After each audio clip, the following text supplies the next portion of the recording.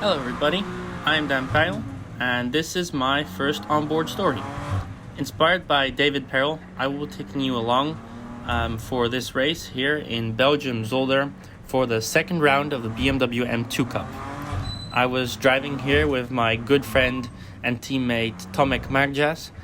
Big thanks for the drive and for allowing me to share this content with you. Here we are in the warm-up lap or the formation lap before the race. We qualified P2, which was a good starting position, and here we go. So I was taking the race start. The races are 1 hour long. Here we were paying attention to my left to see when he was going to go, waiting for the red lights. I had a decent start. The driver on pole fell back, and the car from third place actually shot to the lead. However, around the outside, I could stay there, being careful to stay on track. As we were entering turn 2, he braked a little too late. I could take the inside, and from here on, it was just focusing on myself, not looking back, and making sure no mistakes to make a gap and a lead. As we came through turn 4, I saw there was a lot of action happening behind me, so the focus was again to stay looking and focusing on the front, on the lead, making no mistakes and trying to lead the pack. We go very aggressive for the chicane, a very fun turn in the BMW M2 as we go over the crest, trying to stick all the way to the right to straighten up the braking, where we cut very hard over the right curbs. Here on the left we had cones to prevent us from doing track limits, which did not always work, as we will see later. But it was a good start. Here we come to the hospital corner, which we didn't have to visit, as there is a hospital at the end. Tight chicane, always watching out for late dives from the competition. But in this case, we already pulled a good lead, and we were on a good path. So we're about to round off a lap, again taking the sausage curbs really hard. And we will skip forwards to further action. Skip forwards to lap 19. Still in the lead. At this point we had about a 15-16 second gap to P2, and even near 25-30 seconds P3, until I came to the chicane, turn 5-6, and if you look to your left you see a M2 upside down and flames coming out of the exhaust. No worries, driver's okay, car is okay. The car rolled, the engine started running on oil, and that started burning through the exhaust. So nothing crazy. The driver's okay, everything was okay. But because of the flames, the red was red flag. And so we were brought to, here you can see the red flags coming out. So I slowed down, short shift, and we got stopped on the straight. So yeah, this was a really weird restart situation, as the pit window had just opened the lap prior to the red flag, which meant that 2 cars had already pitted, and then the driver changed. Another car was in the pit and could not officially leave as the red flag came out. As a result, the race director decided, together with the stewards, to shorten back the race to the lap prior to the red flag, where everyone was still on track. Which meant we were officially the winners. So here you see our celebratory picture on the start straight with the safety car together with Tomek. We were mega happy for winning our first race in this, although small, very competitive M2 field. So that was race 1, and now let's skip forward to race 2.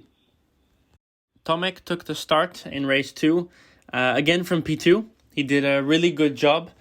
Fell back a tiny bit to P3. However, similar to me, in turn 2, he could overtake again, and moved back into P2 and held that position up to the pit window. Here you can see the gap he had actually to P3.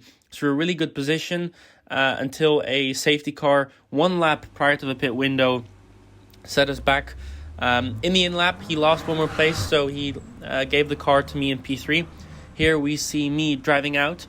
We were held back significantly by our sister car.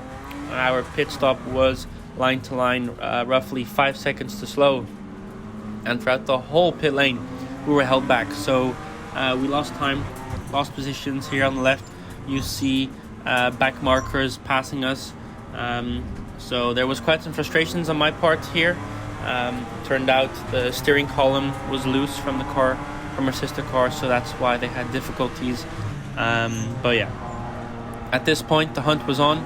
You see me struggling with the rear end, feeling the grip. We had a lot of temperature issues. The weekend was about 30 degrees, so not only did the tires struggle a lot, but also the car cooling. That's why a lot of the time you'll see me drive not in the slipstream, but trying to get some fresh, cooler air. Here I did go for the overtake. I wasn't sure what he was going to do, but he actually let me pass, so very nice. He was blue flagged, but very nice of that competitor. So yeah, it was head down, focusing. So we skip ahead. Here we see me catch the next back marker. This was the following lap, and again in this braking zone we get closer. The focus here is to have a good exit, hit the curbs right, and there was a big crash. From there was a safety car, so there was oil here on the right side, so I had to be a bit careful. But again, he let me pass. On the dirt I had a bit of a wiggle, but we got through. And as you see, there's a big group ahead, struggling with some oversteer, but a big group ahead, so the focus was on them.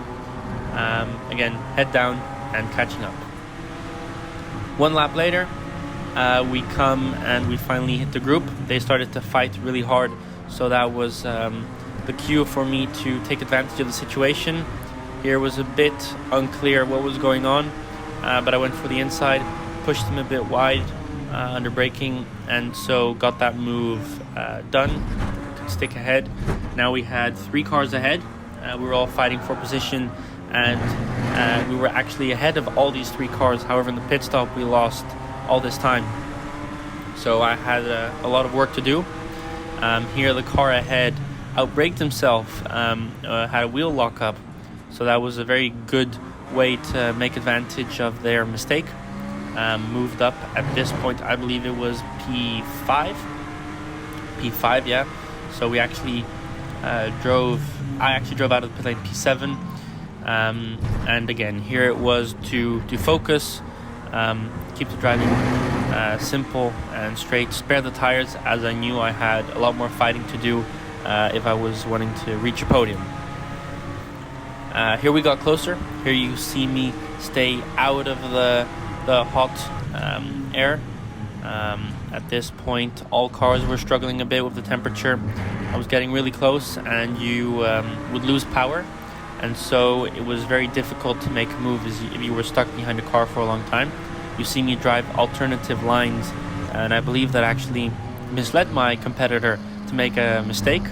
I didn't want to go around the outside because there was a lot of debris and rubber, so I tried to force him to go on the inside. He blocked, so I counter-attacked, and he kept me really tight on the inside line. I had to lift, otherwise we were going to have contact. At this point I didn't know I was ahead of him, but then in the rearview mirror I saw a real kamikaze dive come in. Luckily I got away unscathed. I giggled a bit, but the focus was directly on the car ahead. So here we skip forwards 1 lap as I was getting closer and closer. Again, going for the alternate lines to make sure I had no cooling issues with the cars. This was a significant problem this race. With the alternate lines, I think I pushed him into a mistake. As he blocked the inside, I went for the outside, braked late, tried to stick it there. There's a lot of gravel on the right, and he could easily push me wide, and we got a bit close. Our mirrors tapped, but I got away with that, and we were P2. The car ahead is a car which had a puncture and was 2 laps behind. I did not manage to catch him, but that was also not our goal, as he was back anyways. So we finished P2. There was a car ahead with penalties, so we were very happy. And yeah, summed up a really good weekend for Tomek and me. We were really happy with this result. As a really small team, I think we can be really proud. So big thank you to Tomek, Fabryka Futbolu, BMW Olsłowiec, and of course my own personal sponsors. Let me know what you thought about Onboard Story, and until next time, goodbye.